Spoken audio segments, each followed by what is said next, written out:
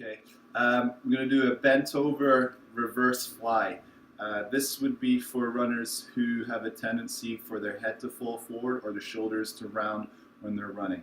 So you're going to have your feet shoulder width apart, toes facing forward, slight bend at your knees. You're going to release at the hips forward, keeping your head up, neck and head in neutral alignment. You're going to really extend your arms up in a reverse fly, focusing on squeezing your shoulder blades together. And I'm only using 2-pound weights, but 1 to 5 pounds is enough. You want to do 10 to 15 reps for 2 to 3 sets. Okay, so scapular retraction, that's where you're going to focus on bringing your shoulder blades together. This is for runners who have a tendency to bring their head forward, to look down to the ground, or if you find that your shoulders are coming forward also. So what you want to do is focus on bringing your shoulder blades together. Your hands and arms are parallel to the ground. And the movement comes at the upper body with very little movement at the arms. If you find that you're leaning back to create the movement, just split your feet and really focus on bringing your shoulder blades together while keeping your head and neck in a neutral alignment. You want to do 10 to 15 reps of 1 to 3 sets. Okay, hip adduction. This is for runners who tend to toe out when they run.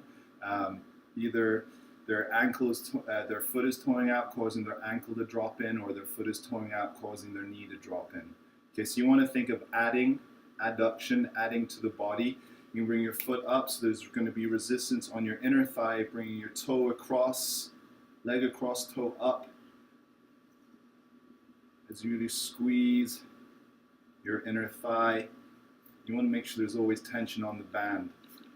Your standing foot should be facing forward in a neutral alignment.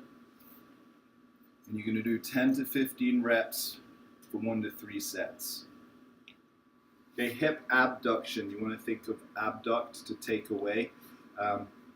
So for this exercise is beneficial for those who tend to toe in when they run or over rotate at the hips, and that would be an inward rotation at the hips. Okay, so for this exercise, you're going to stand in neutral position, bring your toe up and out and away, always with tension on the band, really working on the outer hip. Do 10 to 15 reps for 1 to 3 sets.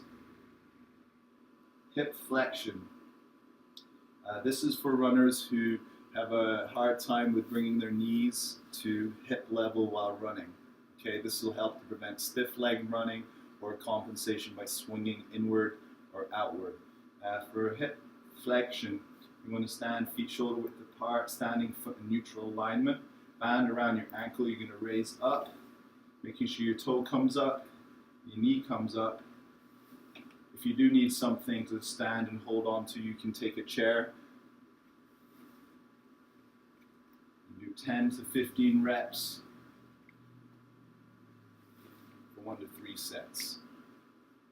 Okay, hip extension. This is for runners who may not be following through all the way with their stride, all the way through at the back.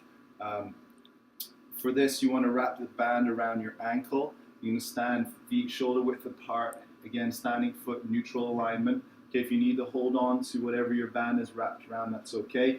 You can extend your hip back, leg is straight, really squeezing your glutes in the back of your leg also. What you want to avoid is rotating your body in order to do this. So take a quick glance at your foot, make sure its toe is pointed down, and then your upper body stays upright as you extend back. You can do 10 to 15 reps for 1 to 3 sets.